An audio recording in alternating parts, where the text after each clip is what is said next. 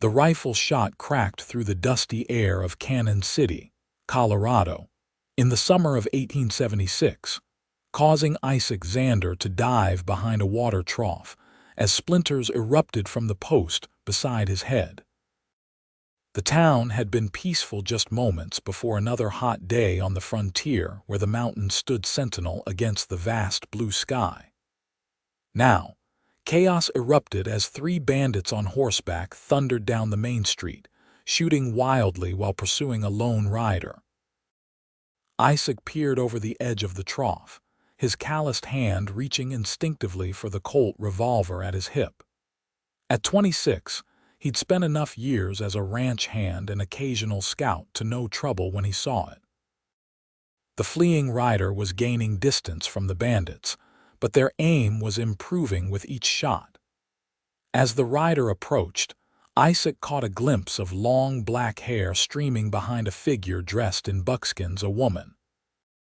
She rode with remarkable skill, low against her horse's neck, but her mount was tiring. The bandits, whooping with the thrill of the chase, were closing in. Isaac made his decision in an instant. He stepped out from behind the trough, planted his feet firmly in the dirt street, and aimed his revolver. "That's far enough," he called, his voice carrying over the commotion. The lead bandit, a bearded man with a filthy red bandana, sneered and raised his gun toward Isaac. Isaac fired first, his shot catching the man's shoulder and spinning him from his saddle. The other 2 bandits pulled their horses up short, momentarily confused by this unexpected resistance. The woman rider seized the opportunity, wheeling her horse around behind Isaac's position. Now dismounted, she took cover beside him, a Winchester rifle materializing in her hands. "You picked a fight that isn't yours, cowboy," she said, her dark eyes flashing as she leveled her rifle at the remaining bandits. Isaac was struck by her beauty, even in this moment of danger: high cheekbones, copper skin, and a fierce determination in her eyes that spoke of both pride and independence. She was clearly Apache, her movements graceful yet powerful as she took aim. "Seems like the odds are evening up now," Isaac replied, not taking his eyes off the bandits. The wounded leader had staggered to his feet, clutching his bleeding shoulder. "This ain't over," he snarled. "That Apache witch stole something that belongs to us." "I stole nothing," the woman replied, her English perfect but accented.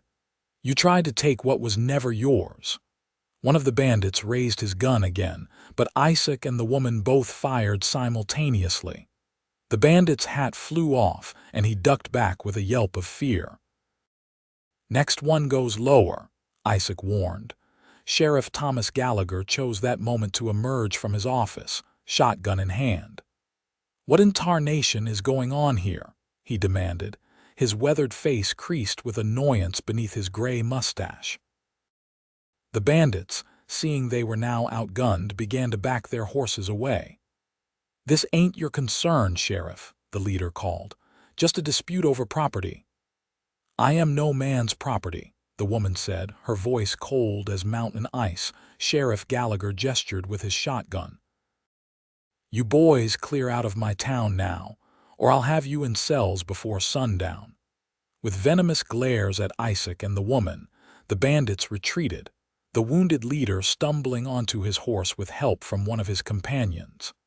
They galloped out of Canon City, trailing dust and curses. As the tension ebbed, Isaac turned to the woman beside him. "Name's Isaac Xander," he said, tipping his hat slightly. "Ranch hand at the Triple C." Her eyes studied him carefully before she replied. "Dakotah Greyhawk," she said finally. "I thank you for your help, though I did not ask for it." "Didn't seem like you needed to ask," Isaac replied. Those men had killing on their minds. Sheriff Gallagher approached them, resting his shotgun on his shoulder. "You want to explain what that was about, miss?" Dakotah straightened her back. "Those men attacked our hunting party 3 days ago. They killed 2 of our people and stole our horses." I tracked them here to recover what was taken." "And did you?" the sheriff asked skeptically. She nodded once. "I found our horses in the livery. The owner said they had been sold there yesterday." The sheriff sighed. "Horse thieves. Should have known. That'll be Buchanan's gang. They've been causing trouble up and down the territory." He turned to Isaac. "You got yourself involved in something messy, son." "Wouldn't be the first time," Isaac said with a slight smile. "I must return to my people," Dakotah said abruptly. "They will be concerned. Those bandits will be waiting for you outside town," Isaac pointed out. "Might be safer to wait until morning." The sheriff nodded in agreement. "The boy's right. Buchanan holds grudges, and he knows these hills better than most. I'd offer you a place at the jail for safety, but—" "I will not sleep in a cage," Dakotah said firmly. "Mrs. Hollister at the boarding house might have a room," Isaac suggested. "I can escort you there." Dakotah looked as if she might refuse, but then a flicker of pragmatism crossed her face. "Very well, but I leave at first light." As they walked toward the boarding house, leading Dakotah's horse, Isaac couldn't help but notice the stares from the townspeople. Canon City had its share of miners, ranchers, and travelers passing through, but an Apache woman walking freely down the street still drew attention, some curious, some hostile. "Your people are nearby?" Isaac asked, trying to make conversation. "A day's ride to the northwest," she replied. "We have permission from your government to hunt in these mountains this season." "Not my government," Isaac said with a small laugh. "Just trying to make my way like everyone else." For the first time, Dakotah's expression softened slightly.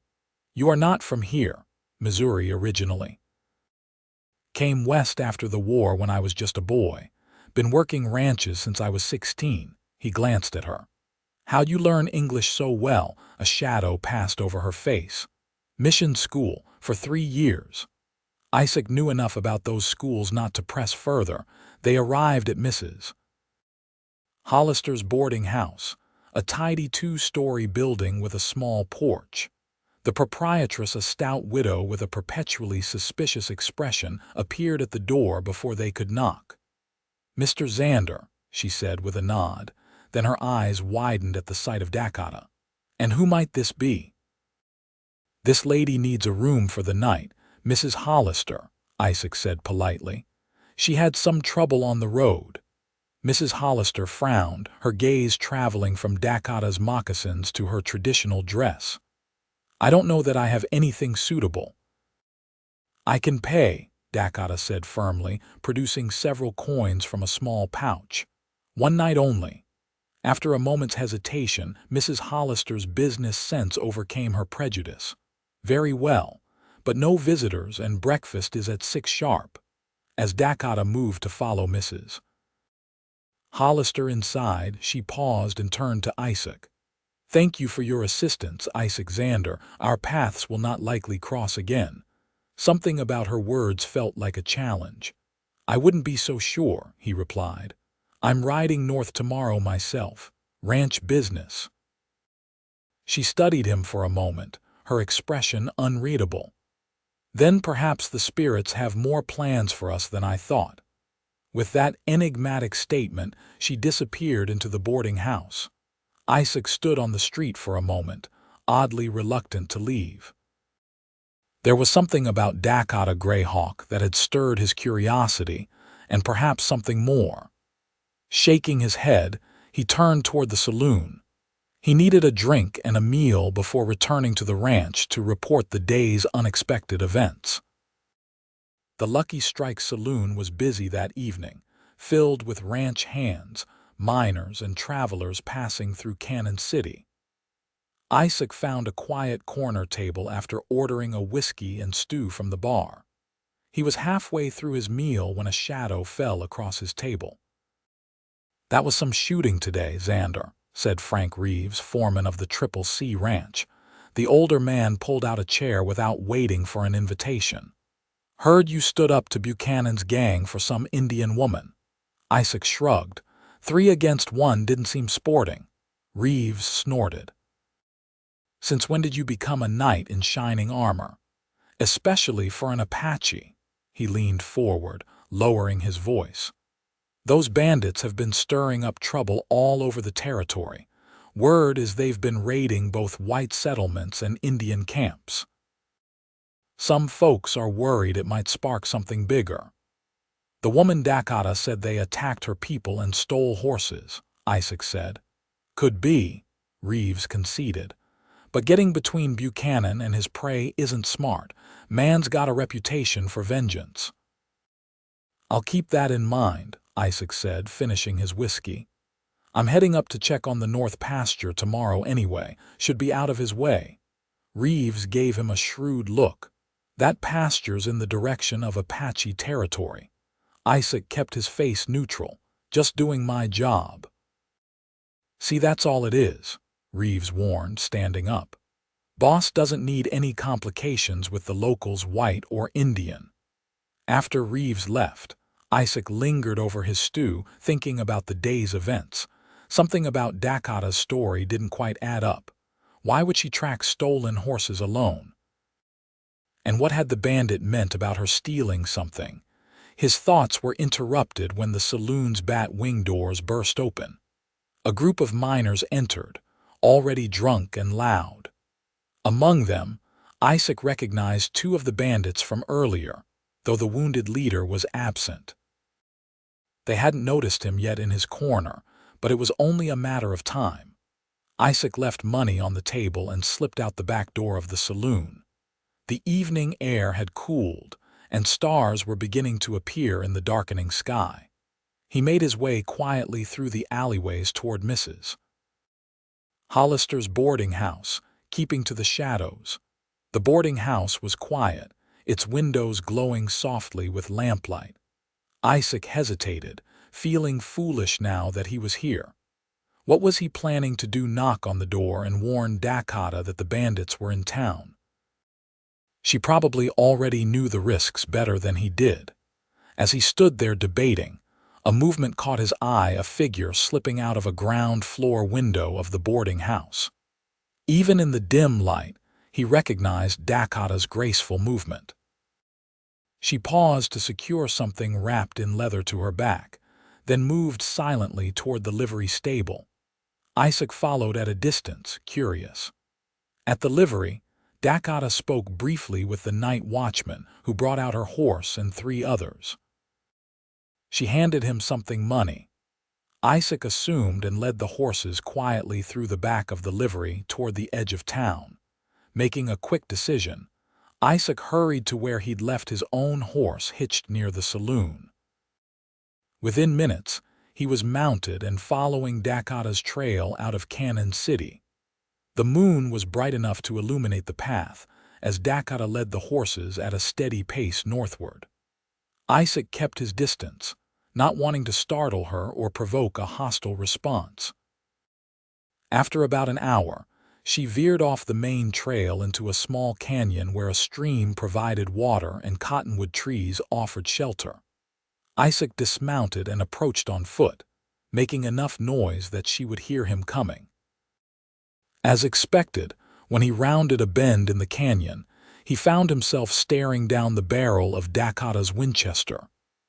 "You have a habit of following women at night, Cowboy?" she asked coolly. "Only when they're sneaking out of boarding houses with multiple horses," he replied, keeping his hands visible. "Buchanan's men are in town. Thought you might want to know." She lowered the rifle slightly. "I saw them from my window. That is why I left. And the extra horses. As I told the sheriff, I came to recover what was stolen from my people," she said, gesturing to the 3 horses behind her. Each bore markings that Isaac now recognized as Apache designs painted on their shoulders. "You're planning to ride through the night?" he asked. She nodded. "I know these mountains. Buchanan and his men will not find me. I'm headed north in the morning myself," Isaac said. "Thought I might ride with you at least part of the way." Dakotah tilted her head, studying him in the moonlight. "Why would you do this?" It was a fair question, and one Isaac wasn't entirely sure he had an answer for. "Call it curiosity," he said finally. "Or maybe I just don't like seeing anyone face those odds alone." "I have faced worse odds before," she said quietly. "I don't doubt it," Isaac replied. "But sometimes having another gun along doesn't hurt." She seemed to consider this for a long moment. "You may ride with me until morning," she decided. "But understand this, if you betray me or my people, you will not live to regret it." Isaac nodded solemnly. "Fair enough." They made camp by the stream, keeping the fire small. Dakotah shared some dried meat and berries from her provisions, and Isaac contributed coffee from his saddlebag. As they ate in silence, Isaac found himself stealing glances at her. In the flickering firelight, her features seemed both strong and delicate, a contradiction that fascinated him. "You have questions," she said suddenly, her eyes meeting his across the fire. "A few," he admitted. "Ask them then. I will decide if they deserve answers." Isaac smiled at her directness. "Those bandits, they said you stole something from them. What did they mean?" Dakotah's hand went to a leather pouch hanging at her neck.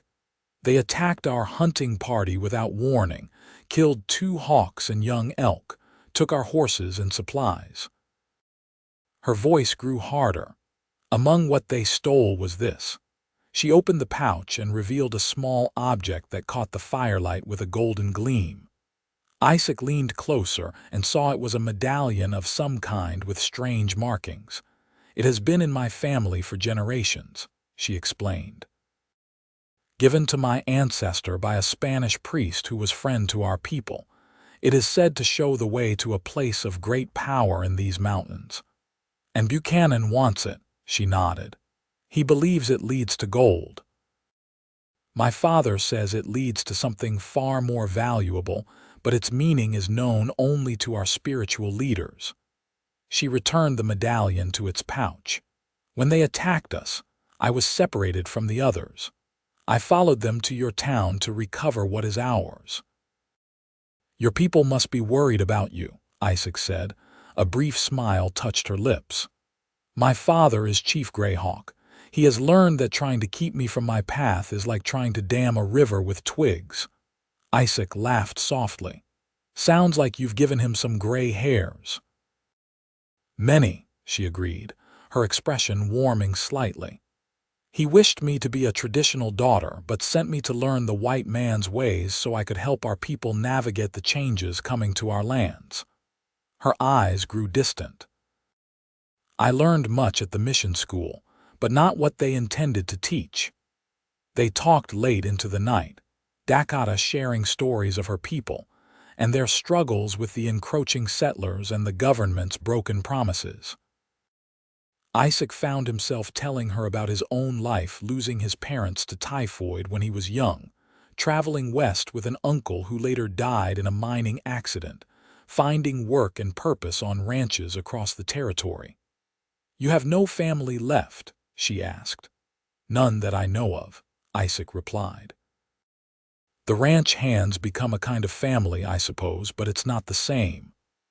"My mother died when I was born," Dakotah said softly. "My father never took another wife. He raised me to be strong, but sometimes I think he sees her in me, and it brings him pain." The vulnerability in her admission touched something in Isaac. "From what I've seen, he raised you well." They fell into a comfortable silence, each lost in their own thoughts as the fire burned low. Finally, Dakotah announced she would take the first watch, and Isaac wrapped himself in his bedroll, falling asleep to the sound of the stream and the occasional soft movement of Dakotah tending the horses.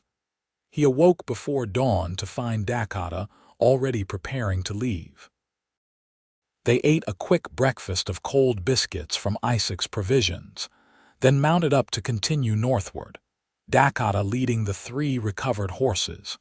The day was clear, the summer sun warming the mountain air as they rode through increasingly rugged terrain.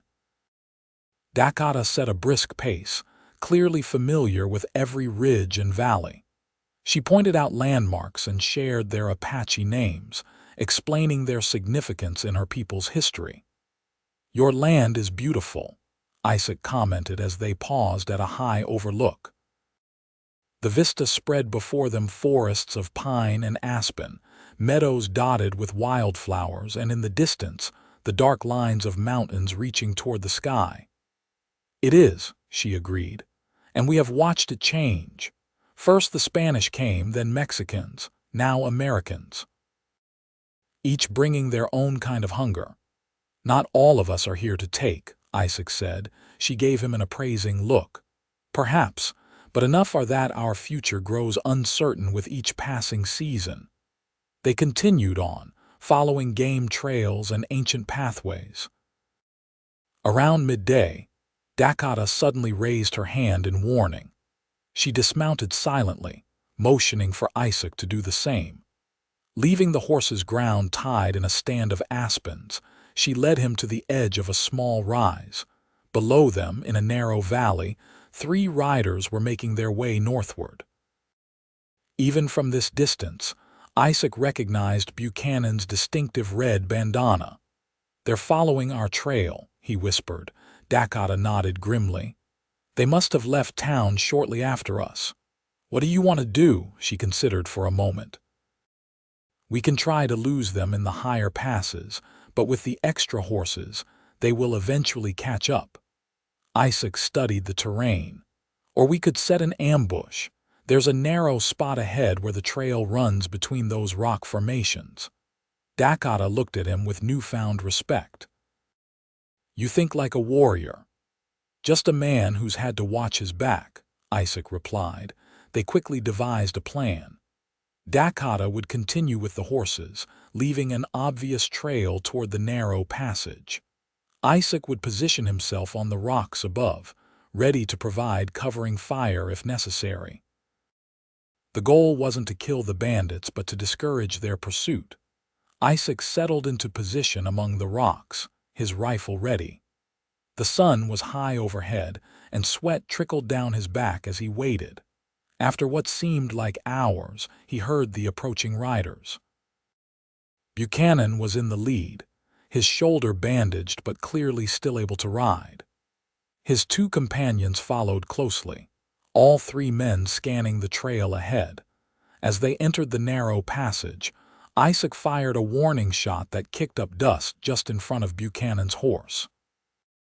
The animal reared in panic, nearly unseating its rider. "That's far enough, Buchanan," Isaac called from his hidden position. "Turn back now." The bandits scrambled for cover, drawing their weapons. "Show yourself, coward," Buchanan shouted. "I've got the high ground and plenty of ammunition," Isaac replied. "The Apache woman is long gone with those horses. You lost this round."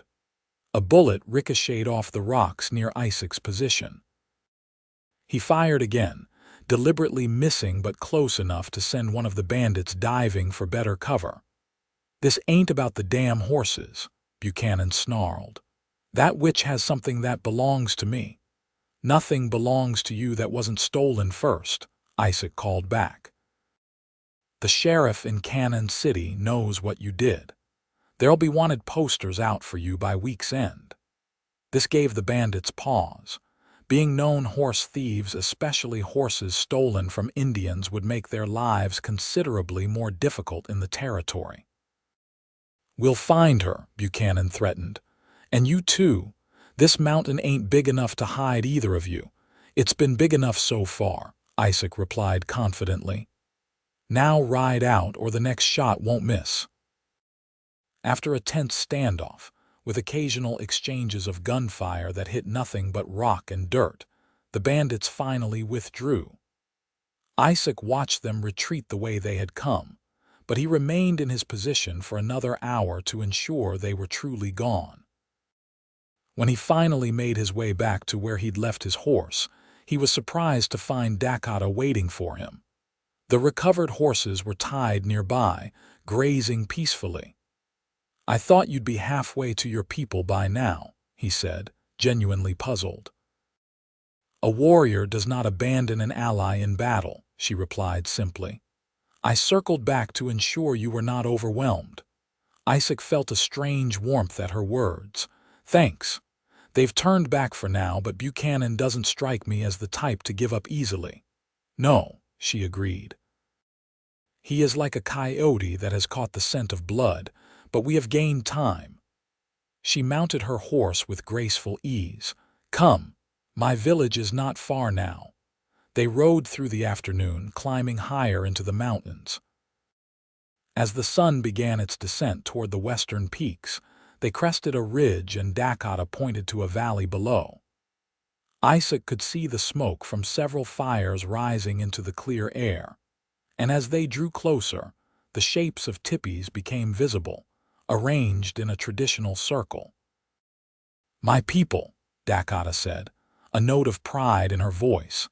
As they approached the village, several mounted warriors rode out to meet them. They carried rifles and wore a mixture of traditional clothing and items clearly obtained through trade with settlers. Their expressions were wary until they recognized Dakotah, at which point excited calls went up.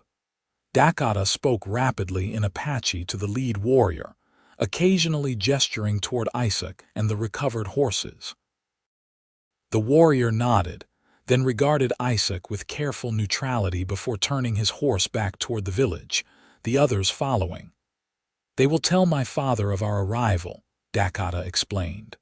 The horses you helped recover belong to important men in our tribe. You will be welcomed. Isaac felt a ripple of uncertainty. I've never been in an Apache camp before. Few white men have entered our village voluntarily, she said with a hint of a smile. Fewer still have left to tell about it. Isaac couldn't tell if she was joking. As they rode into the village, Isaac was aware of many eyes watching him, some curious, some suspicious, all assessing. Children paused in their play to stare, and women looked up from their work. Several elders sat in a group outside one of the larger tipis, observing his arrival with inscrutable expressions.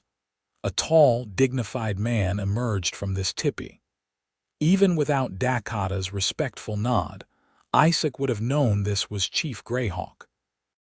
He carried himself with natural authority, his face weathered by sun and experience, his long hair showing streaks of gray that gave him his name. Despite his age, which Isaac guessed to be around 50, he stood straight and strong. Dakotah dismounted and approached her father, speaking in their language. The chief listened intently, his eyes occasionally shifting to Isaac, who remained on his horse until invited to dismount. Finally, Chief Greyhawk raised a hand in greeting. Isaac Xander, he said, his English accented but clear. My daughter tells me you stood by her side against enemies and helped return what was stolen from us. For this, you have my gratitude. Isaac dismounted and removed his hat respectfully. Your daughter is brave and skilled, Chief Greyhawk. The truth is, she probably didn't need my help. This brought a ghost of a smile to the chief's stern face. Perhaps, but she accepted it, which is unusual. He gestured toward the central fire. Come, you will eat with us tonight and tell us of your journey. Isaac's horse was taken by a young man, and he followed Dakotah and her father to the center of the village. The recovered horses were being greeted by their owners with obvious joy, and Isaac noticed that the medallion Dakotah had shown him was now being presented to her father, who received it with reverence. As evening fell, the tribe gathered for a meal. Isaac was given a place of honor near the chief, with Dakotah serving as interpreter when needed. The food was simple but plentiful: roasted venison, roots and berries, and a kind of bread that Isaac found surprisingly delicious. During the meal, Dakotah recounted their journey for the tribe, describing the confrontation in Canon City and the ambush they had set for Buchanan's gang. Isaac noticed that while she didn't exaggerate his role, she spoke of his actions with respect, which seemed to improve the tribe's perception of him. After they had eaten, the chief asked Isaac about himself and his work at the ranch. Isaac answered honestly, describing his life as a cowboy and occasional scout. He was careful to speak respectfully of the land and the wildlife, which seemed to meet with the chief's approval. As the evening progressed, some of the younger members of the tribe brought out instruments, drums and flutes, and began to play. The music was hauntingly beautiful, unlike anything Isaac had heard before. He watched, fascinated, as several of the tribe performed traditional dances around the fire. Dakotah sat beside him, occasionally explaining the significance of certain movements or sounds. Isaac was acutely aware of her presence, the warmth of her shoulder occasionally brushing against his, the scent of pine and leather that seemed to surround her. "Your people have a rich culture," he said softly. "Yes," she agreed, "though many of your people would destroy it without understanding what they destroy." "Not all of us," Isaac insisted. She turned to look at him, her eyes reflecting the firelight. "No, perhaps not all." Later, as the celebration quieted and people began to retire to their tippies, Chief Greyhawk approached Isaac once more. "You will stay tonight as our guest," he said. "Tomorrow we will speak more of Buchanan and his men. They have troubled not only my people but others in these mountains." Isaac nodded gratefully. "Thank you for your hospitality, Chief." The chief's gaze was penetrating. "My daughter chose well when she accepted your help. She rarely trusts outsiders." Before Isaac could respond, the chief turned and walked away, leaving him to ponder those words. Dakotah appeared a moment later to show him to a small tipi at the edge of the village where he would sleep. "Your father seems to think you trust me," Isaac said as they walked. Dakotah gave him a sideways glance. "My father sees much, sometimes more than I wish him to see. And do you trust me?" The question felt important somehow. She paused outside the entrance to the tipi. "I trusted you with my life on the journey here. That is not something I do lightly." Their eyes held for a long moment, and Isaac felt something unspoken pass between them, a connection that transcended the cultural divide that separated them. Then Dakotah broke the gaze, gesturing to the tipi. "Rest well, Isaac Xander. Tomorrow will bring new challenges." With that, she turned and walked back toward the center of the village, leaving Isaac to watch her go, wondering about the path that had brought him to this unexpected place and what might lie ahead. The morning dawned clear and cool, the mountain air crisp with the scent of pine. Isaac emerged from his tipi to find the village already bustling with activity. Women tended cooking fires, children carried water from a nearby stream, and warriors prepared for hunting or scouting duties. Dakotah approached him, dressed in buckskins with her hair braided and adorned with a single eagle feather. "My father wishes to speak with you," she said by way of greeting. "He has called a council." Isaac followed her to a large tipi at the center of the village. Inside, Chief Greyhawk sat with several elders and warriors arranged in a circle. A place was indicated for Isaac, and Dakotah took a position beside her father, unusual for a woman, Isaac noted, but it spoke to her standing within the tribe. The chief began in Apache, with Dakotah translating. "For many moons, Buchanan and his men have troubled our people and others who live in these mountains. They have stolen horses, attacked hunting parties, and searched for something they believe will make them rich." One of the elders spoke next, his weathered face solemn. "They seek the sacred place," Dakotah translated, "the place of our ancestors that is hidden in these mountains."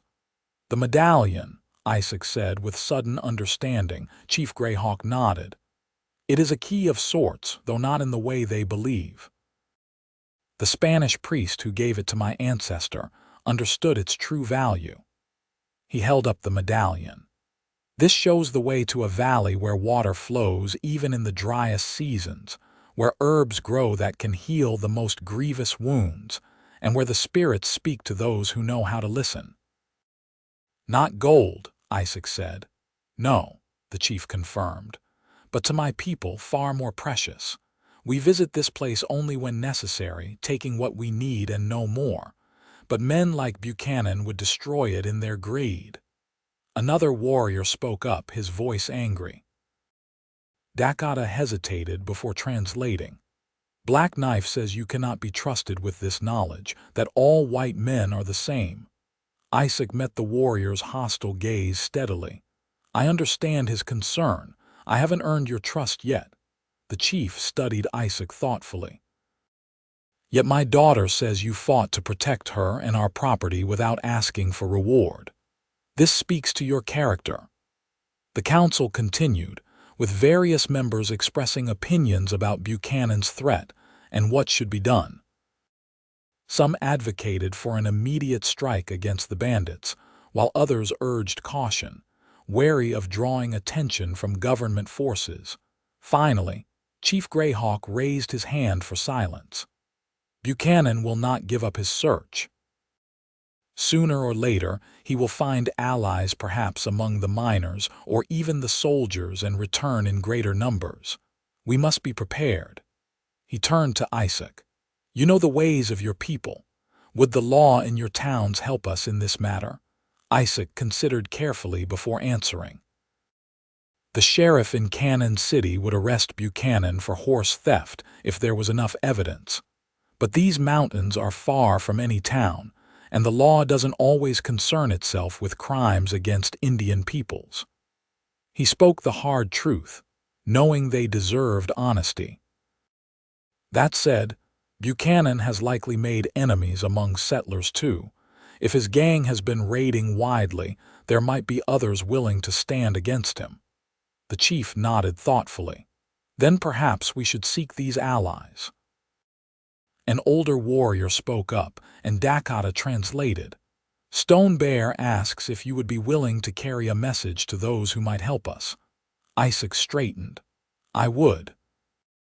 The council continued discussing strategy, with Isaac offering suggestions based on his knowledge of the territory and its inhabitants. By the time the meeting concluded, a plan had been formed.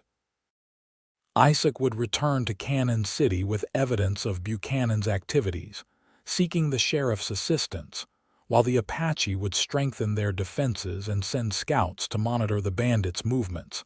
As the council dispersed, Dakotah walked with Isaac outside. You spoke well, she said. Few outsiders would have been so honest about the limitations of their law when it comes to my people.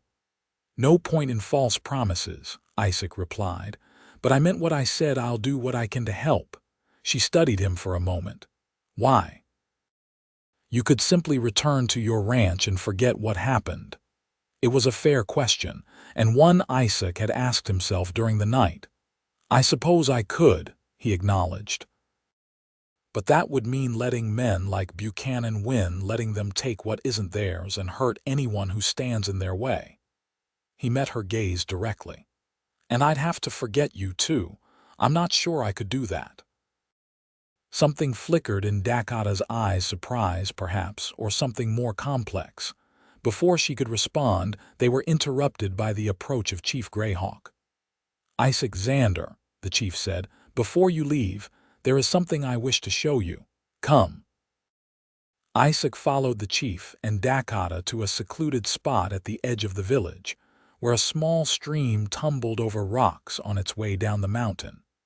Chief Greyhawk seated himself on a boulder and motioned for Isaac to join him.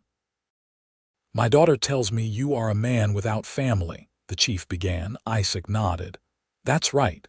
I lost my parents when I was young. A man without roots is like a tree that grows on bare rock, the chief said. It may survive, but it never truly thrives. He gazed out at the mountains. Our people have lived in these lands for countless generations. We know every valley, every spring, every place where the elk come to feed or the eagles nest. This knowledge is our strength. He turned to Isaac. When Dakotah returned with you at her side, I was surprised. She has always been selective in who she trusts. A hint of fatherly amusement crossed his face. Since she was a child, she has had a spirit that resists constraint, like the wind that cannot be captured. Dakotah shifted uncomfortably at her father's words, but remained silent. When she was taken to the mission school, I feared that spirit would be broken, the chief continued. Many children return changed, forgetting who they are. But Dakotah returned stronger, with knowledge of your world that has helped our people navigate these difficult times. Isaac glanced at Dakotah, seeing her in a new light, a bridge between worlds, carrying the weight of that responsibility on her shoulders. Chief Greyhawk reached into a pouch at his waist and withdrew a small object wrapped in soft leather.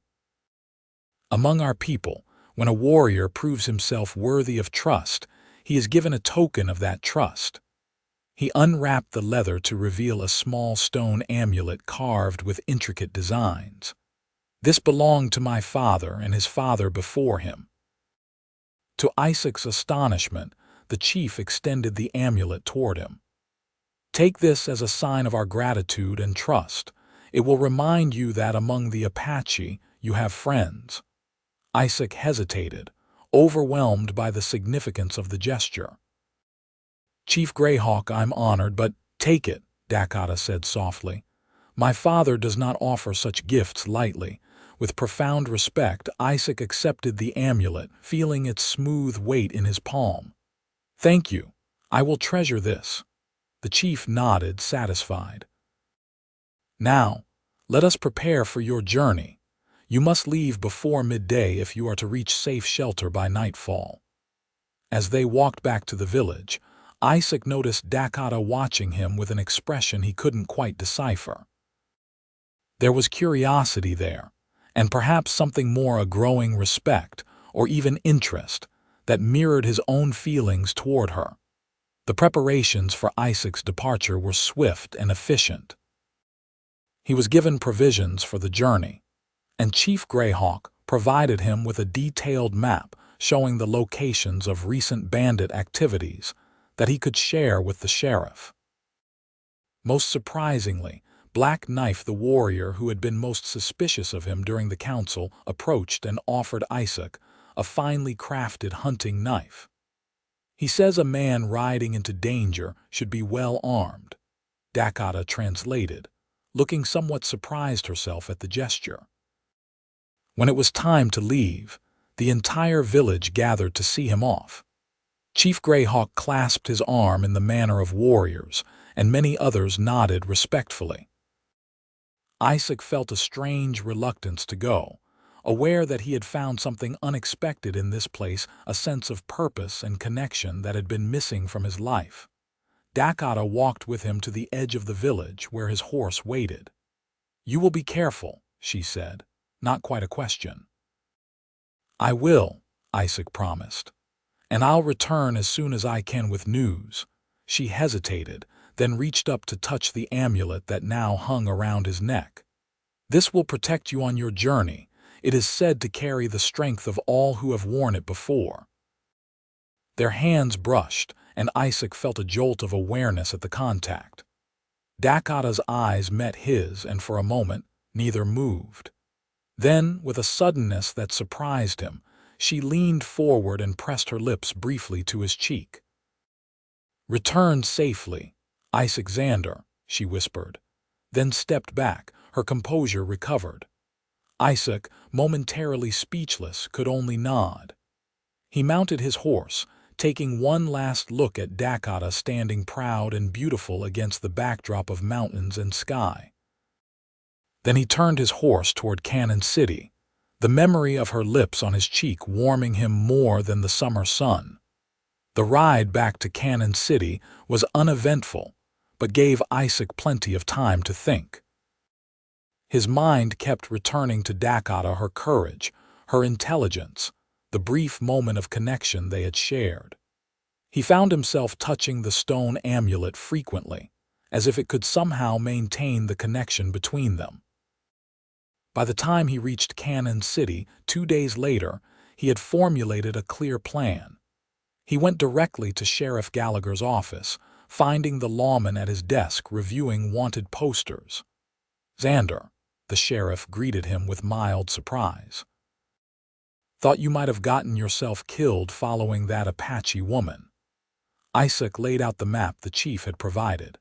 "Buchanan's gang has been raiding all over the territory, not just Indian camps, but settler homesteads too. I've got dates, locations, and descriptions of stolen property." Sheriff Gallagher studied the map with growing interest. "This is mighty detailed." "The Apache keep track of such things," Isaac explained, "and they're willing to testify if needed." The sheriff raised an eyebrow at that. "Indians testifying against white men, that's rare." "These are unusual circumstances," Isaac said. "Buchanan isn't just after horses. He's searching for something he thinks will make him rich, something sacred to the Apache." Gallagher sighed, leaning back in his chair. "Sacred or not, the law doesn't much concern itself with Indian grievances, son. You know that. What about the settlers he's raided? The Wilsons lost 2 horses last month. The Petersons had their entire harvest stolen. The stagecoach was robbed twice this spring." Isaac tapped the map where each incident was marked. "Buchanan's making enemies everywhere. Sooner or later, he'll hit someone important enough that the law can't ignore it." The sheriff studied Isaac thoughtfully. "You seem mighty invested in this. Any particular reason?" Isaac met his gaze steadily. "Let's just say I don't like men who prey on others, regardless of who those others might be." After a moment, Gallagher nodded. "Fair enough. I'll wire the territorial marshal, see if there's enough here to justify a posse." He folded the map carefully. "Meanwhile, I suggest you keep your head down. Buchanan's got friends in town, miners and such, who don't ask questions about where he gets his money for drinks." "I'll be careful," Isaac promised. As he left the sheriff's office, Isaac felt eyes on him.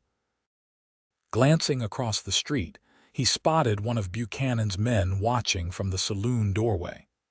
The man spat in the dirt and disappeared inside. Isaac quickened his pace toward the general store, aware that his return to town wouldn't go unnoticed for long. At the store, he purchased supplies for another journey: ammunition, coffee, and other necessities. The proprietor, Harold Simmons, eyed him curiously. "Heading out again so soon, Xander? Reeves was in yesterday wondering where you'd got to." "Ranch business," Isaac said vaguely. "Speaking of which, I should check in with the boss." The C Ranch lay a few miles outside town. As Isaac approached the main house, he saw Frank Reeves supervising the unloading of supplies from a wagon. "Well, look who decided to grace us with his presence," Reeves called out. "Thought maybe the Apache had taken your scalp." Isaac dismounted, ignoring the jibe. "Need to speak with Mr. Crawford." Reeves jerked his thumb toward the house. "In his office. Fair warning, he ain't happy about you disappearing for days without word." Calvin Crawford, owner of the C, was a fair employer but ran a tight operation. He looked up from his ledger as Isaac entered, his expression neutral. "Xander, Reeves said you went chasing after some Indian trouble." "Not exactly, sir," Isaac replied. "But I did get involved in something that might affect the ranch." He explained the situation with Buchanan's gang, emphasizing the threat they posed to all in the area, including the ranch's horses and cattle. Crawford listened without interruption, his weathered face thoughtful. When Isaac finished, he tapped his pencil against the ledger. "So you've thrown in with the Apache on this matter?" "I've thrown in against thieves and murderers," Isaac corrected respectfully. "The fact that they've targeted Apache as well as settlers doesn't change what they are." Crawford studied him for a long moment. "You've been a good hand, Xander. Reliable, not given to trouble," he sighed. But I can't have my men involved in what sounds like an impending war between Indians and outlaws. It's bad for business." Isaac felt a cold weight settle in his stomach. "Are you firing me, Mr. Crawford?" "Let's call it a leave of absence," Crawford said, surprisingly gentle. "Sort this business out and there'll be a place for you hereafter." He reached into a drawer and counted out some money. "Your wages, plus a bit extra." "I'm not unsympathetic to your cause, just cautious about involving my ranch." Isaac accepted the money with mixed emotions. "Thank you, sir. I understand your position." "Be careful, Xander," Crawford advised as Isaac turned to leave. "Buchanan's a vicious sort. And getting between white men and Indians is rarely healthy for either side." Outside, Reeves was waiting, having evidently overheard at least part of the conversation. "So you're really doing this, throwing in with the Apache against your own kind?" "Buchanan's not my kind just because we share the same skin color," Isaac replied evenly. "And I'd appreciate it if you'd keep an eye out. If Buchanan's gang comes sniffing around the ranch, they're not just after me." Reeves spat but nodded grudgingly. "I'll watch. For the ranch's sake, not yours." He hesitated, then added, "That Apache woman must be something special." Isaac mounted his horse without responding, but as he rode away, he couldn't deny the truth in Reeves' words. Dakotah was indeed something special, and somehow, in the space of just a few days, she had changed the course of his life. He spent the night in Canon City, taking a room at the hotel rather than Mrs. Hollister's boarding house, where he might draw unwanted attention. In the morning, he would begin the journey back to the Apache village, hopefully with news that the law was taking action against Buchanan. But as he lay in bed that night, staring at the ceiling, Isaac wondered if he was being foolish. He had just risked his livelihood, possibly his life, for people he barely knew and a woman he had only just met. Yet when he closed his eyes, it was Dakotah's face he saw, proud, beautiful, and somehow familiar, as if he had known her much longer than these few days. The stone amulet rested against his chest, a physical reminder of the trust placed in him. Whatever happened next, Isaac knew he couldn't walk away. Not from this fight and not from Dakotah Greyhawk. Dawn was just breaking when Isaac slipped out of Canon City, taking a circuitous route to avoid being followed. He had spoken with Sheriff Gallagher once more, before leaving, and learned that the territorial marshal was indeed interested in Buchanan's activities, particularly the stagecoach robberies, which were federal offenses. A deputy marshal would be arriving within the week to investigate further. It wasn't the immediate action Isaac had hoped for, but it was something.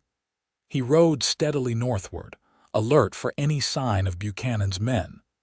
By midday, he had climbed into the foothills, following a different trail than before to further reduce the chance of interception. As he paused to rest his horse near a small stream, a flicker of movement caught his eye, a flash of color among the trees that didn't belong. Isaac drew his revolver and slid from the saddle, moving quietly behind a large boulder. "You can come out now," he called. "I know you're there."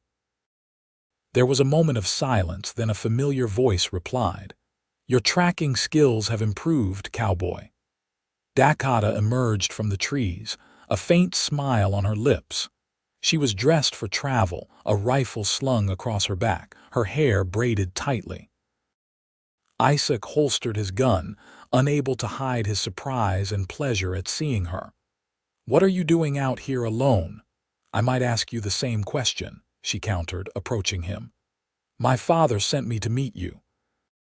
We have had word that Buchanan is gathering men, miners and drifters willing to join his cause for a share of what they believe will be great riches."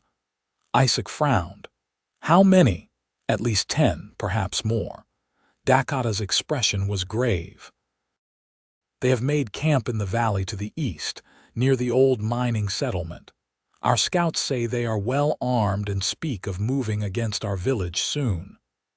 I spoke with the sheriff, Isaac told her. A deputy marshal is coming, but not for several days. We can't wait for that. Dakotah nodded.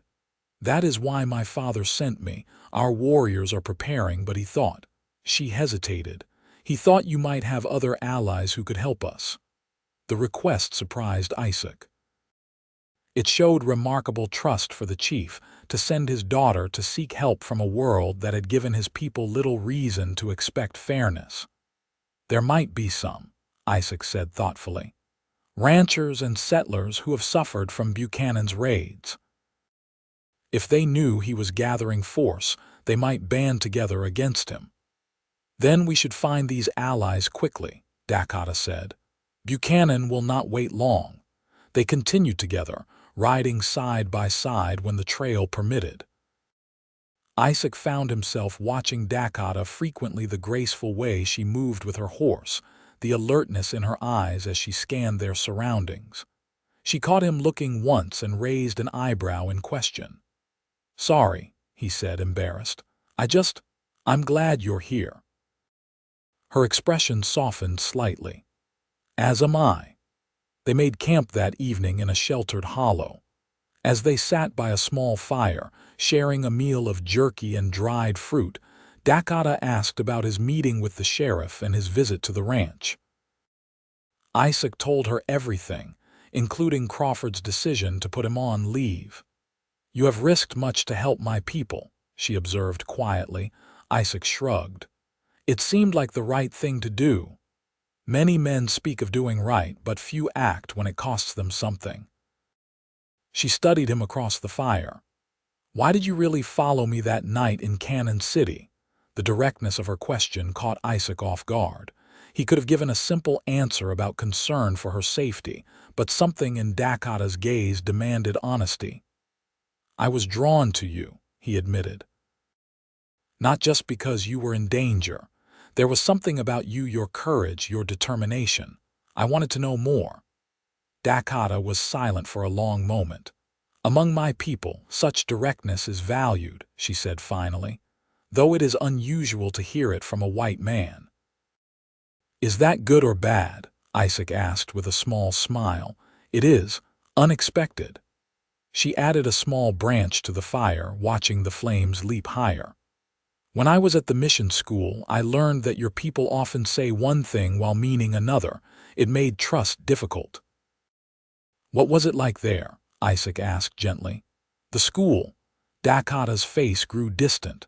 They tried to make us forget who we were, cut our hair, forbade our language, taught us that our ways were savage and that salvation lay in becoming like them. Her voice hardened. I learned their language, their writing, their numbers, but I never forgot who I was. Some did.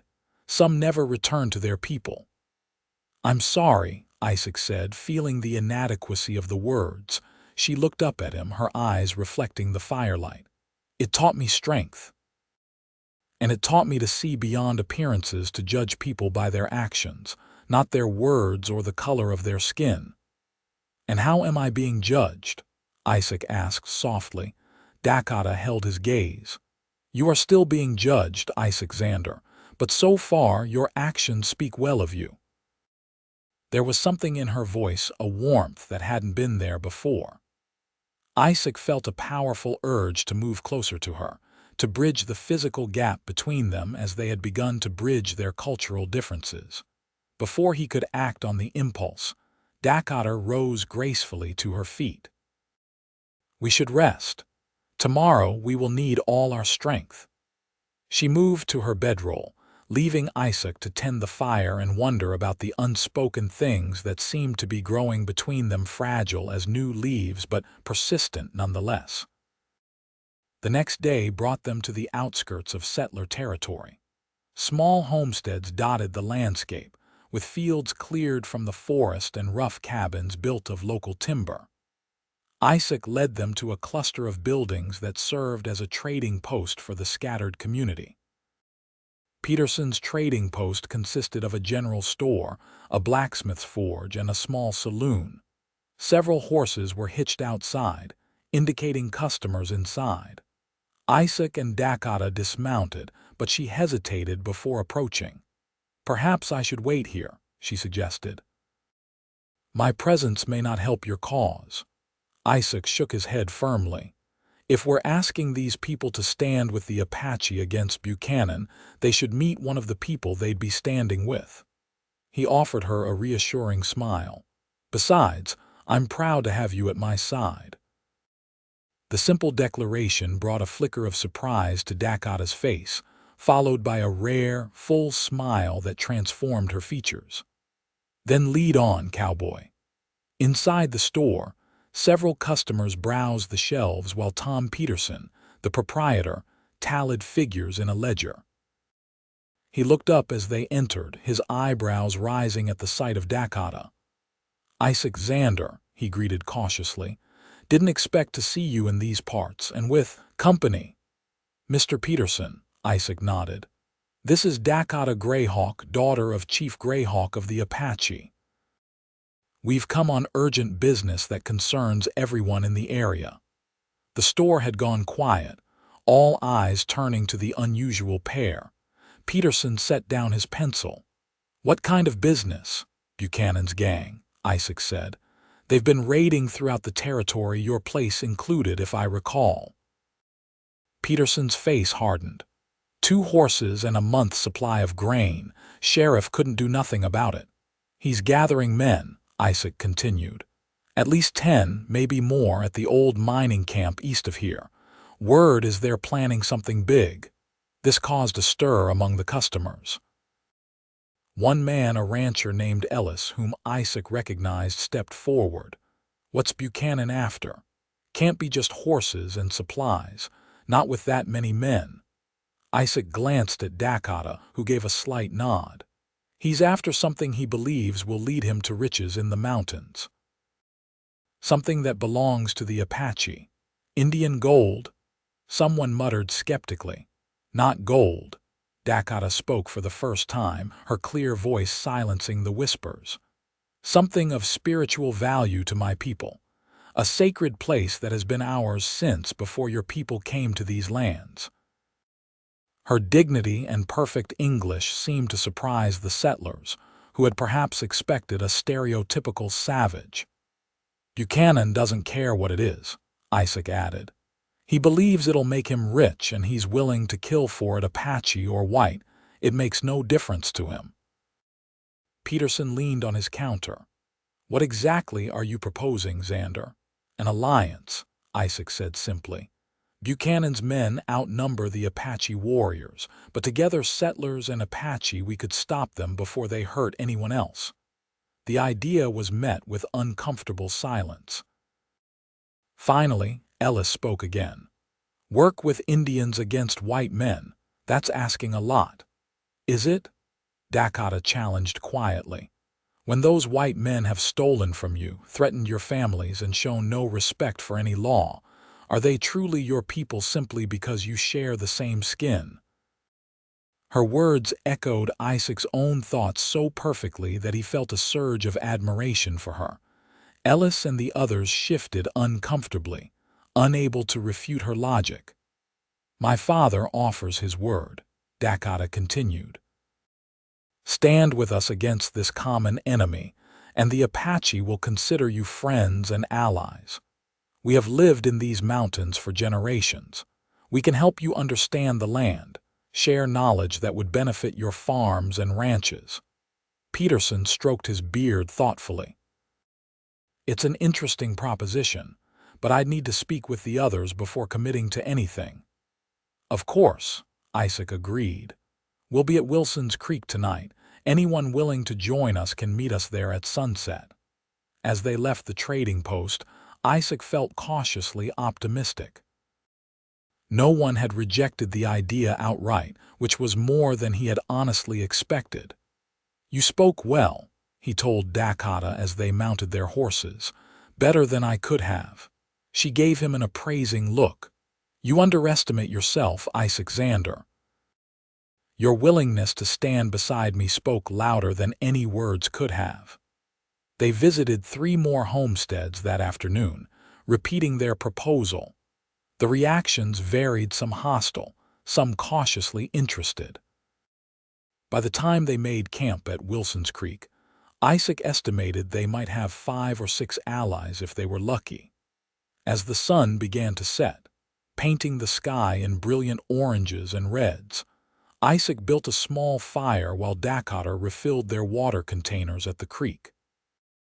When she returned, she sat beside him, closer than she had the previous night. "What do you think?" he asked. "Will they come?" Dakotah considered the question. "Some will, whether enough." She shrugged. "The courage to stand against what is wrong is rare in any people." "You have it," Isaac observed. "Standing up to Buchanan alone, returning to the mission to learn the ways of people who tried to erase your culture, those things took courage." She looked at him with surprise, as if unused to such recognition. "As do you. Leaving your job, perhaps risking your life for people not your own." "Maybe that's why we found each other," Isaac said softly. The words hung in the air between them, charged with meaning beyond their simple form. Dakotah's eyes met his, and Isaac saw in them a reflection of his own growing feelings, a connection that seemed to transcend their brief acquaintance. Slowly, giving her time to withdraw if she wished, Isaac reached out and took her hand. Her fingers were strong and calloused from a life of practical work, yet they fit perfectly within his own. "In my culture," she said quietly, "a woman chooses her own path and her own partner. It is not arranged by others." "And in mine," Isaac replied, "a man is lucky beyond words when a woman like you might consider him worthy." Dakotah's lips curved into a smile that reached her eyes, transforming her usually serious expression into one of genuine warmth. "You are an unusual man, Isaac Xander." Before he could respond, the sound of approaching horses interrupted the moment. They both rose quickly, hands moving to their weapons. In the gathering dusk, they could make out the shapes of riders approaching, 5, perhaps 6 of them. "Xander," a voice called. "That you by the fire?" "Ellis," Isaac confirmed, recognizing the rancher's voice. "We're here." The riders came into the firelight, Ellis, Peterson, and 4 other men from the surrounding homesteads. They dismounted, regarding Dakotah with curiosity but not hostility. "We've been talking," Ellis said. "Buchanan's been a thorn in all our sides for too long. If he's gathering men, it can't mean anything good for any of us." Peterson nodded agreement. "We're willing to help, but we need to know more about what we're up against and what the plan is." Isaac felt a surge of hope. "Thank you for coming. Let me explain what we know." As the night deepened, plans were made around the campfire. The settlers contributed local knowledge, while Dakotah shared information from Apache scouts about Buchanan's movements. By midnight, they had formulated a strategy to confront the bandits before they could launch their attack on the Apache village. When the settlers departed to gather more supplies and alert a few more trusted neighbors, Isaac and Dakotah were left alone once more. The night had grown cool and they sat close by the fire, shoulders touching. "I did not expect so many to come," Dakotah admitted. "Perhaps there is hope for understanding between our peoples after all." "One step at a time," Isaac said, but he shared her cautious optimism. They sat in comfortable silence for a time, each lost in thought. Finally, Dakotah spoke again, her voice soft in the night. "If we succeed against Buchanan, what will you do after?" The question carried weight beyond its simple words. Isaac turned to face her, taking both her hands in his.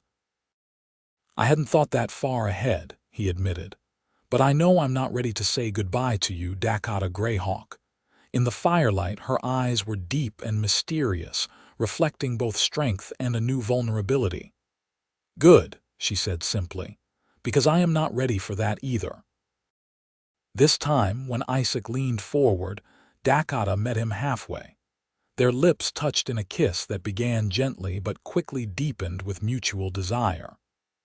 Isaac's hand moved to cradle her face, while Dakotah's fingers threaded through his hair, drawing him closer. When they finally parted, both slightly breathless, Isaac rested his forehead against hers. "I've never met anyone like you," he whispered. Dakotah smiled, a rare, unguarded expression that transformed her face. "Nor I you, Isaac Xander." She touched the amulet that hung around his neck. "Perhaps the spirits guided our paths to cross for a reason." "I'm starting to believe they did," he replied, capturing her hand and pressing a kiss to her palm.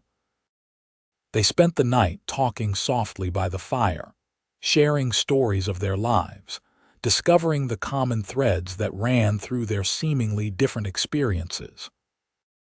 By the time sleep claimed them, something profound had shifted between them, a bond formed that neither had anticipated but both now treasured. Morning brought renewed purpose. They rode to rendezvous with the settlers, finding not just the men from the night before, but nearly 15 in total ranchers, farmers, and a few miners who had their own grievances against Buchanan. They were well armed and determined, having decided that this alliance of necessity was preferable to living under the shadow of Buchanan's predations. Dakotah led them along hidden trails toward the Apache village, where they would join forces with the warriors before confronting Buchanan's gang. As they rode, Isaac found himself repeatedly glancing at her, the proud set of her shoulders, the confidence with which she guided them through the wilderness. Each time their eyes met, a silent understanding passed between them, strengthening the connection that had blossomed the night before. They reached the Apache village by midday.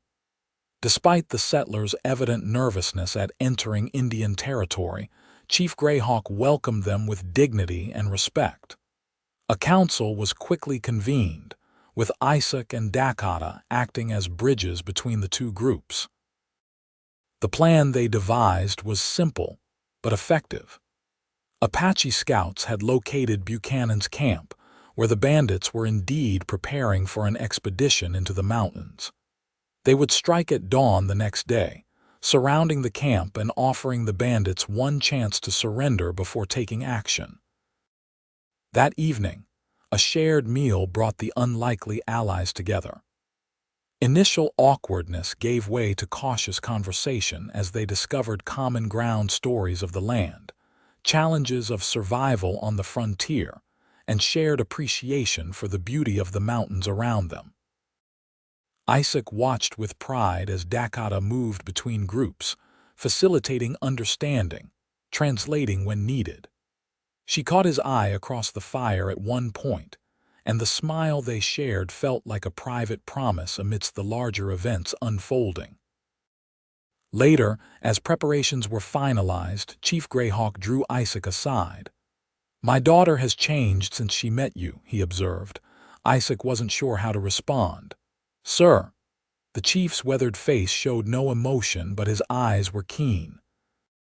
"She has always walked between two worlds, never fully belonging to either. Now she seems more at peace with that path." "She's remarkable," Isaac said honestly. "I've never known anyone with such strength and wisdom." "And courage," the chief added. "It takes courage to open one's heart when history suggests it is unwise." He gave Isaac a meaningful look. "I see how you look at each other." Isaac straightened. "Chief Greyhawk, I respect your daughter more than anyone I've ever met. My intentions toward her are honorable." The older man studied him for a long moment, then nodded slightly. "Among our people, it is not a father's place to choose for his daughter. Dakotah has always made her own decisions for good or ill." A ghost of a smile touched his lips. "Though in this case, I believe she has chosen well." Before Isaac could respond, the chief continued more seriously.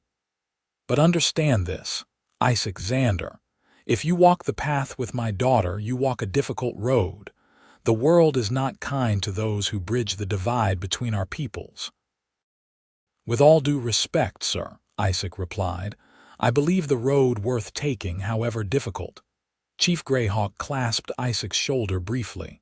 "Then may the spirits guide you both." With that, he turned and walked away, leaving Isaac to ponder his words. Dawn broke crisp and clear the next morning. The combined force, Apache warriors and settlers side by side, moved silently through the forest toward Buchanan's camp. Isaac rode near the front with Dakotah and her father, tension building as they approached their destination. The bandits' camp came into view through the trees, a collection of tents and lean toss around a central fire, horses tethered nearby. Most of the men were still sleeping, with only 2 sentries on duty, and even they appeared half asleep at their posts. The Allied force spread out, encircling the camp. At Chief Greyhawk's signal, Isaac stepped forward with Ellis and Peterson, while the others remained hidden but with weapons ready. "Buchanan," Isaac called out, his voice shattering the morning quiet, "you're surrounded, throw down your weapons." The camp erupted into chaos. The sentries fumbled for their guns while men emerged from tents in various states of undress, reaching for weapons. Buchanan himself appeared from the largest tent, rifle in hand, his face contorted with rage when he spotted Isaac. "Xander," he snarled. "Should have known you'd be mixed up in this." His eyes darted around, trying to assess the threat. "How many you got out there? Can't be more than a handful." "Enough," Isaac replied calmly. "Apache warriors and settlers together. We know what you've been planning, Buchanan. It ends here." Buchanan's laugh was ugly. "Indians and whites working together. That'll be the day." He raised his voice. "Boys, they're bluffing. There can't be." At a signal from Chief Greyhawk, every hidden fighter stood up simultaneously, weapons aimed at the camp. The bandits found themselves facing nearly 40 guns from all directions. Buchanan's face paled, but his expression remained defiant. "So what now? You gonna hang us all?" "That depends," Ellis said, stepping forward. "The territorial marshal is on his way. Those who surrender peaceful like will face a proper trial. Those who don't." He left the implication hanging. For a tense moment, it seemed Buchanan might choose violence. His finger twitched near his rifle's trigger, his eyes calculating. But as several of his own men began setting down their weapons, realizing the hopelessness of their position, his shoulders sagged in defeat. "This ain't over," he muttered as he tossed his rifle to the ground. "Not by a long shot." The bandits were disarmed and bound, their horses and stolen goods inventoried for return to rightful owners. 3 settlers volunteered to ride to Canon City to inform Sheriff Gallagher and await the marshal's arrival, while the others would guard the prisoners. As the immediate crisis resolved itself, Isaac found Dakotah standing slightly apart, watching the proceedings with a thoughtful expression. "It worked," he said, joining her. "No bloodshed." She nodded, though her eyes remained troubled. "For now." But Buchanan spoke truth in one thing: this is not over. The conflict between our peoples runs deeper than one band of thieves. Isaac couldn't deny her words. The alliance they had forged was fragile, born of necessity rather than true understanding. Once the common threat was removed, old prejudices might quickly resurface.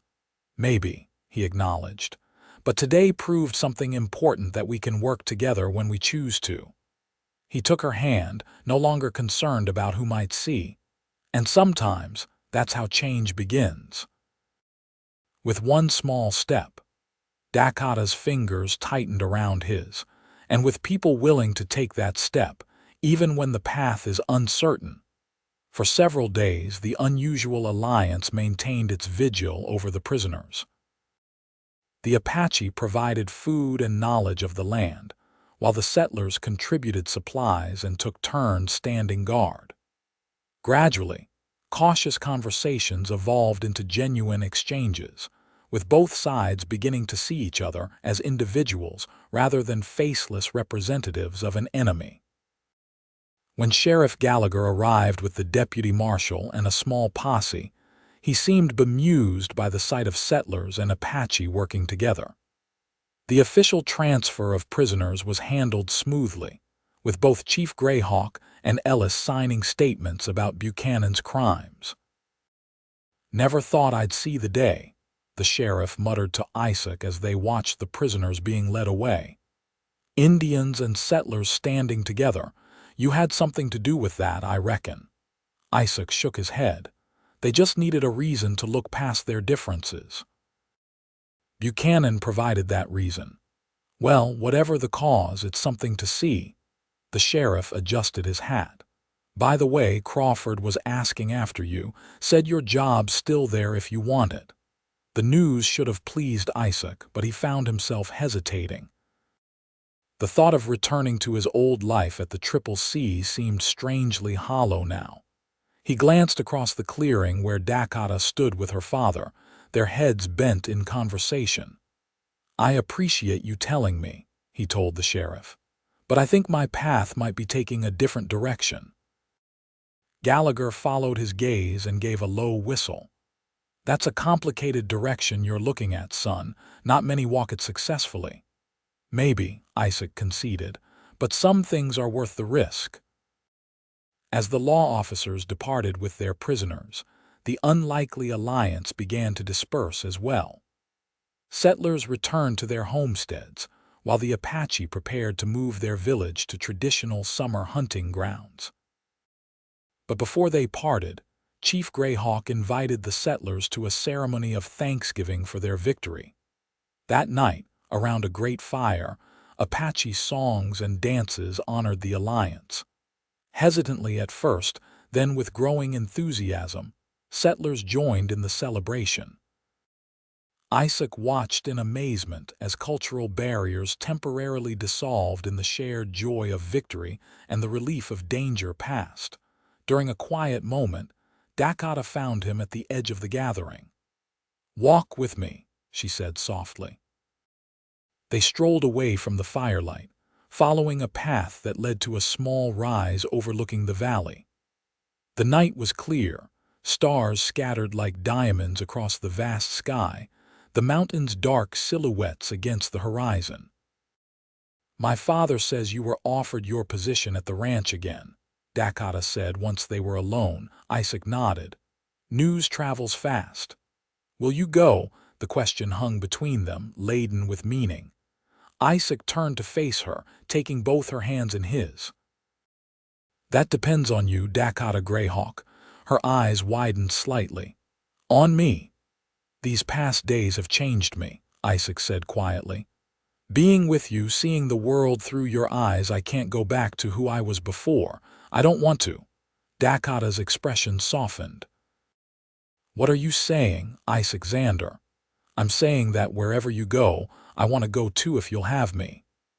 The words came straight from his heart, unplanned but absolutely true. "I love you, Dakotah. I think I have since the moment you stood beside me against Buchanan in Canon City." For a moment, she was utterly still, her eyes searching his face as if to confirm the truth of his declaration. Then, with a movement so swift it surprised him, she threw her arms around his neck and pressed her lips to his in a kiss that left no doubt about her feelings. "I love you too," she whispered when they finally parted. "Though I fought against it at first, I thought it impossible, too many differences, too much history between our peoples." "And now?" Isaac asked, his heart pounding. She smiled, radiant in the starlight. "Now I think perhaps the impossible is worth fighting for." They held each other close, the future uncertain but full of promise. After a time, Dakotah spoke again, her voice thoughtful. "My father has been thinking of establishing a trading post, a place where our people can exchange goods with settlers fairly, without traveling to towns where they are not welcome. He believes that commerce might build bridges where politics has failed." Isaac considered this. "That sounds like a worthy endeavor. He needs someone who understands both worlds," she continued.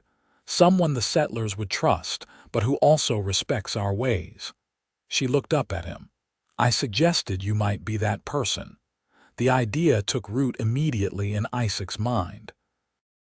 "A trading post," he repeated, "run by both Apache and white together." Dakotah nodded. "It would not be easy. Many on both sides would oppose it, but after what we accomplished against Buchanan, if we can bring Indians and settlers together to fight bandits, maybe we can bring them together to trade," Isaac finished. "I like it." He grinned suddenly. "And I like that it means I'd be working alongside you every day." She returned his smile. "That was a consideration in my suggestion." They remained on the hilltop for some time, talking of possibilities and plans. When they finally returned to the celebration, they walked hand in hand, no longer concerned about the reactions of others. Chief Greyhawk watched their approach, and something in his expression told Isaac that he had been expecting this development. When Isaac formally asked for his blessing later that evening, the chief's response was simple but profound. "The spirits have guided you both to this path," he said. "Who am I to argue with their wisdom? But remember, a path shared is both easier and more difficult. Easier because you bear the burden together, more difficult because each must sometimes carry the other." In the days that followed, as the Apache prepared to move their summer grounds, Isaac and Dakotah began laying the groundwork for their future. Isaac rode to the CCC ranch to formally resign his position, explaining his new plans to Crawford. The rancher seemed surprised but not disapproving. "A trading post, eh?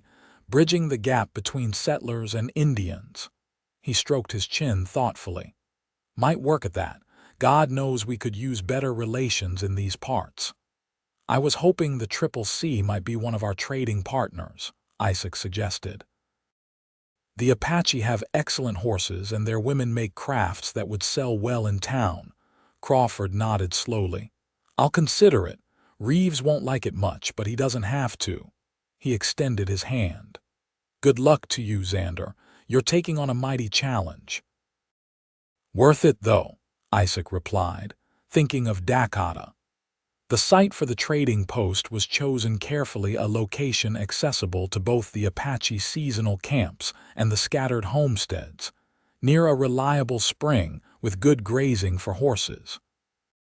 It was neutral ground, belonging to neither culture exclusively, which seemed fitting for their purpose. Throughout the summer and into the fall, Isaac and Dakotah worked tirelessly to build their dream. The Apache provided labor and expertise in local materials, while several of the settlers who had joined the alliance against Buchanan contributed tools and additional hands. A sturdy log building took shape, with a corral for horses and space for future expansion. Their wedding took place as the aspens turned golden on the mountainsides, a ceremony that combined traditions from both cultures. Dakotah wore a beautiful dress of soft deerskin adorned with intricate beadwork that her female relatives had prepared, while Isaac wore his best shirt with a bolo tie given to him by Peterson as a wedding gift. Chief Greyhawk conducted the Apache portion of the ceremony, speaking in both his native language and English so all could understand. Sheriff Gallagher, who had become an unexpected ally in their venture, read a simple civil ceremony afterward to ensure their marriage would be recognized under territorial law. The celebration that followed brought together people who, just months earlier, would never have shared a meal or a conversation. There were still moments of awkwardness, still barriers of language and custom to overcome, but the seed of understanding had been planted and was beginning to grow. As twilight fell, Isaac and Dakotah slipped away from the festivities to a small cabin behind the main trading post, their new home. Inside, Dakotah had blended elements from both their backgrounds, a traditional Apache wedding basket beside a kerosene lamp from the general store, hand-woven blankets on a bed frame Isaac had built himself. "What do you think?" she asked, a rare nervousness in her voice. "Is it enough?" "It's not like the houses in town." Isaac pulled her into his arms. "It's perfect," he said honestly. "Better than any place I've ever lived because you're here." Her smile was radiant as she reached up to touch his face. "We have chosen a difficult path, haven't we?" "The most worthwhile ones usually are," he replied, lowering his lips to hers in a kiss that promised a lifetime of challenges faced together. The trading post, which they named Harmony Creek Trading Company, opened officially as winter approached. Initial business was slow, with both settlers and Apache hesitant to embrace the new venture.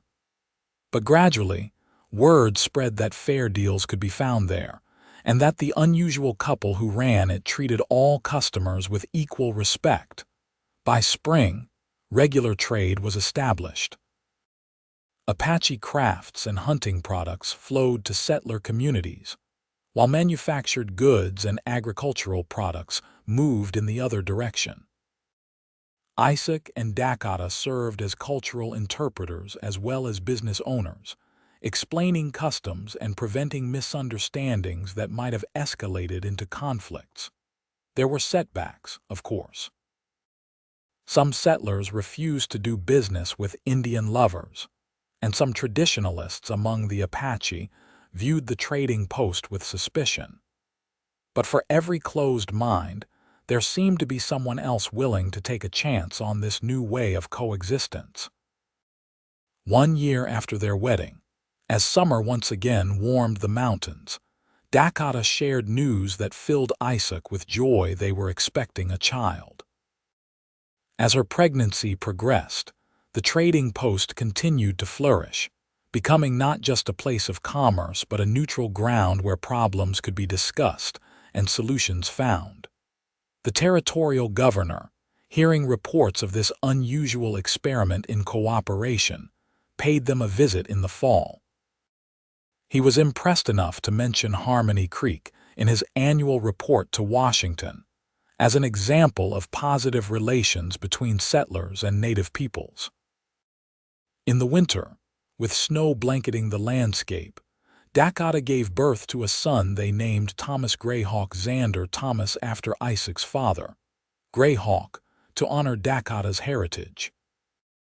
The boy had his mother's dark eyes and his father's strong features, a living embodiment of the bridge they were trying to build between their worlds. Chief Greyhawk, now showing his age but still strong in spirit, performed a blessing ceremony for his grandson, presenting him with a tiny version of the amulet Isaac still wore.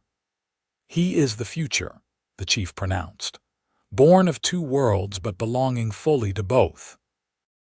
As spring returned to the mountains once more, Isaac stood with Dakotah on the porch of their home, watching their son sleep peacefully in his cradle. The trading post had grown to include a small gathering place where Apache elders sometimes shared stories with settler children, and where knowledge of farming techniques and hunting methods was exchanged freely. "Did you ever imagine this?" Dakotah asked, leaning against him as they surveyed what they had built together. "When you first stepped out to defend me in Canon City," Isaac laughed softly. "Not in my wildest dreams. I was just trying to even the odds against some bandits." She smiled up at him. "My father says it was more than that. He says you were chosen as my protector." Her eyes danced with both seriousness and amusement. "He told me after we married that when I returned to the village with you that first time, he knew immediately why I had brought you. In our traditions, when a warrior proves himself worthy through an act of courage, a woman may choose him as her protector, her partner in life.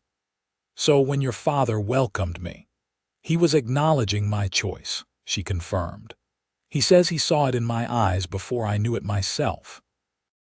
Isaac pulled her closer, marveling at how a single moment of decision stepping out from behind that water trough in Canon City had changed the course of his life so completely and wonderfully. "Well," he said, pressing a kiss to her temple, "I'm honored to be chosen.